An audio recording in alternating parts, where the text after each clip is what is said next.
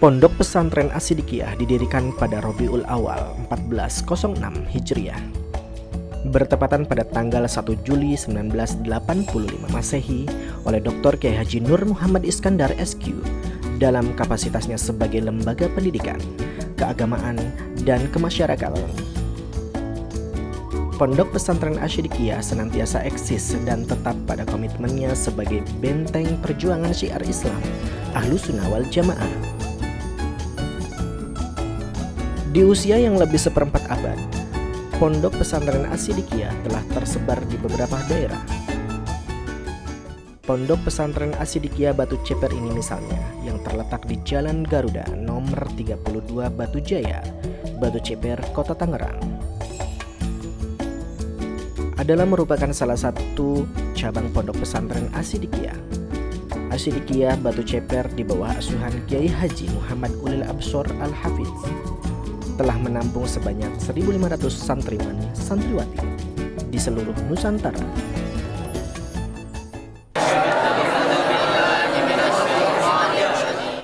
Pondok Pesantren As-Siddiqiyah itu pertama didirikan oleh pengasuh pondok pesantren yang sekarang disebut dengan Mudirul Am yang bernama Dr. Kiai Haji Nur Muhammad Iskandar SQ.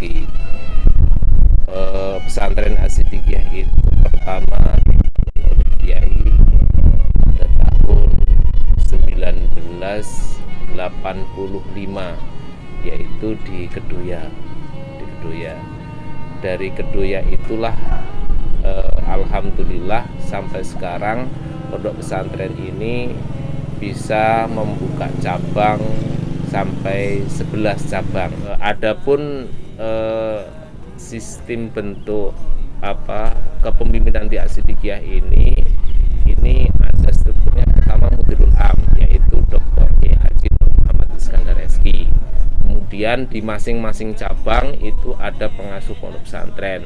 Salah satunya adalah Pondok Pesantren As-Siddiqiyah 2 Batu Ceper ini yang diasuh oleh Kiai Haji Muhammad Ulil Absor Al-Hafidz LC. Beliau adalah lulusan dari Makkah Al-Mukarramah di sana. Terus kemudian di setiap cabang itu kita mempunyai program-program kegiatan program unggulan. Salah satunya adalah Pondok Pesantren As-Siddiqiyah yang ada di Batu Ceper ini. Pondok Pesantren As-Siddiqiyah menanamkan prinsip dasar dalam pendidikan, yakni melestarikan kebiasaan hal-hal baik yang telah dilakukan sejak dulu dengan pembelajaran buku-buku dan metode klasik,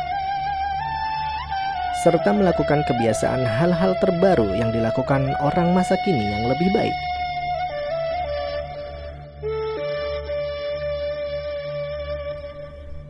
Tujuan dasar didirikannya Pondok Pesantren As-Siddiqiyah selain memiliki kerangka umum pendidikan formal, juga mengacu pada trilogi pondok pesantren yang didirikan oleh Kiai Haji Nur Muhammad Iskandar SQ.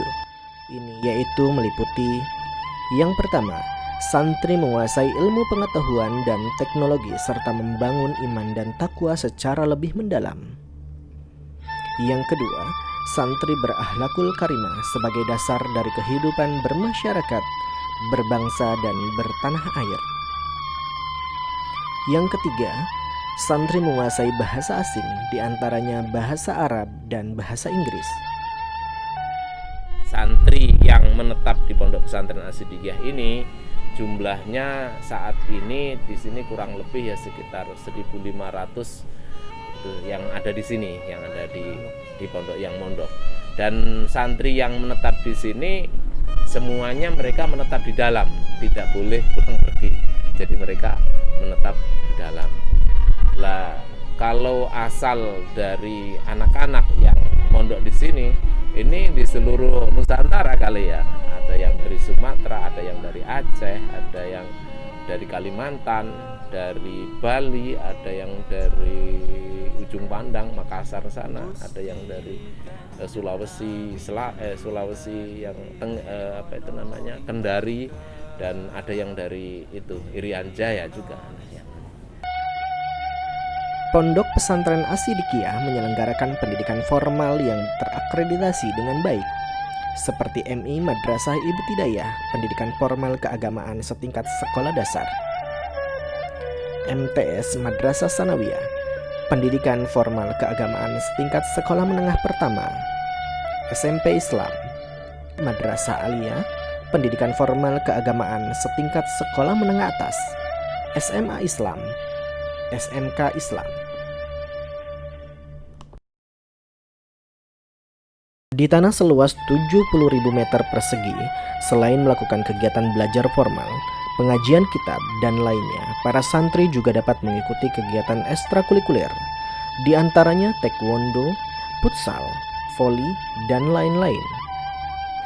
Pondok Pesantren Asyidikiyah Batu Ceper memiliki program unggulan, yaitu program Tahfizul Quran. Bagi para santri yang mengikuti program Tahfizul Quran ini, mereka ditempatkan di satu tempat khusus dan memiliki wilayah tersendiri, yakni Kampung Quran. Program Tahfizul Quran ini juga dilakukan dengan rutinitas santri setoran pelajaran Quran secara langsung kepada pengasuh Pondok Pesantren Asyidikiyah Batu Ceper, Kiai Haji Ulil Absor Al-Hafiz. Setelah itu baru dilakukan penyetoran kembali kepada ustadz-ustadz yang bertanggung jawab pada program Tahfizul Quran.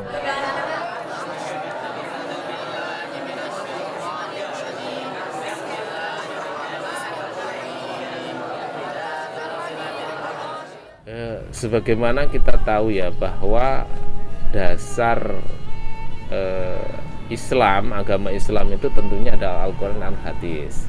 Terus kemudian dengan anak masa pembelajaran awal itu dia menghafal Al-Quran, ini diharapkan ke depannya itu ketika santri-santri ini bisa mengkaji agama Islam secara kafah, secara keseluruhan, dia sudah akan menguasai dasar awalnya. Ini yang pertama. Karena dengan dasar Al-Quran yang pertama ini akan menjadikan lebih mudah mereka mencari rujukan ketika mereka sudah berkiprah dalam beberapa ilmu pengetahuan. Rujukannya Al-Qurannya ini. Kalau mereka hafal Al-Quran akan lebih mudah. Terus yang kedua, dengan hafidul Quran ini, kan orang yang hafidul Quran kan berbeda Mas dengan yang lainnya gitu loh. Orang bisa hafal Quran itu mesti dia harus belajar konsentrasi.